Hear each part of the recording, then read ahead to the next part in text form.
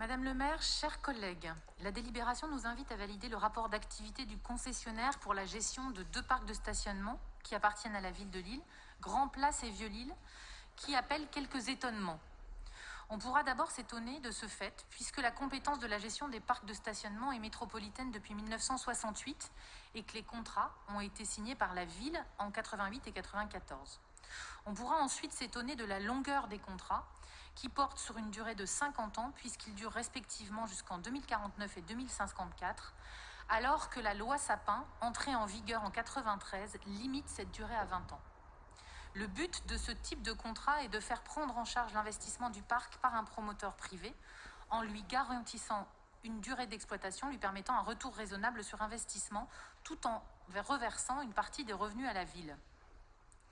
La ville de Lille touche ainsi 7% du chiffre d'affaires annuel, soit 133 000 euros pour le parking Grand Place et 65 000 pour le parking Vieux-Lille. Ces chiffres, Madame le maire, ne sont que des miettes. On ajoutera que ce type de contrat ne permet pas à la ville de maîtriser sa politique tarifaire. Dans les documents, on voit que le concessionnaire décide de les modifier. Et oui, un contrat de 50 ans laisse le concessionnaire libre de sa tarification sans que la ville puisse agir. C'est impensable. Et l'objet de la tarification dynamique présentée semble surtout être de flatter ses bénéfices avec un tarif qui monte en journée à 2,80 € de l'heure, alors que la moyenne des parcs de la ville est de l'ordre de 2 €. Et en effet, les bénéfices annoncés par l'opérateur restent très confortables, même si l'année 2019 n'a pas été la meilleure et celle de 2020 ne sera pas bonne non plus. Le rapport indique ainsi un bénéfice de 783 000 euros pour la Grand Place, dont 133 pour la ville, 650 000 euros de bénéfices pour Indigo et des miettes pour la ville.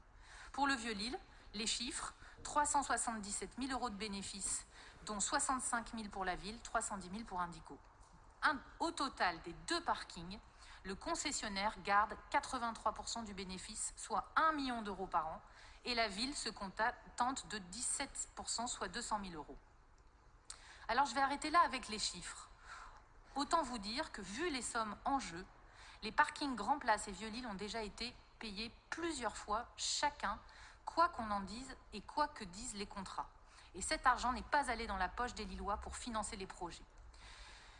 La jurisprudence, vous me direz, tout ça permet de casser les contrats aujourd'hui et c'est possible ailleurs. Vous nous direz certainement que la gestion de ce parking ne sera plus de notre compétence et que c'est avec la MEL qu'il faudra négocier.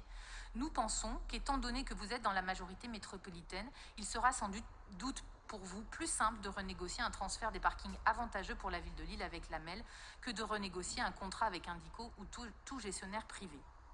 Regardons ailleurs. À Metz, 1,2 million pour la ville. 170 000 euros pour l'exploitant qui ne prend que 15% des bénéfices. À Grenoble, sur l'ensemble des parkings, c'est 200 000 euros de marge pour l'exploitant pour 4 millions d'euros reversés à la métropole. Seulement 2 exemples en France qui montrent que les proportions sont inversées. Alors, vous me direz, le sujet du stationnement n'est pas qu'un sujet d'argent et nous pourrions faire, dans un esprit constructif, des propositions, piétoniser le centre-ville de manière PRN, offrir des abonnements moins chers pour une solution nouvelle aux riverains, transformer une partie du parking Grand Place en parking vélo, nous proposions d'ailleurs 500 places, faire du parking de l'Esplanade un parking gratuit par moment avec des navettes. Utilisons l'argent pour investir massivement dans le stationnement vélo.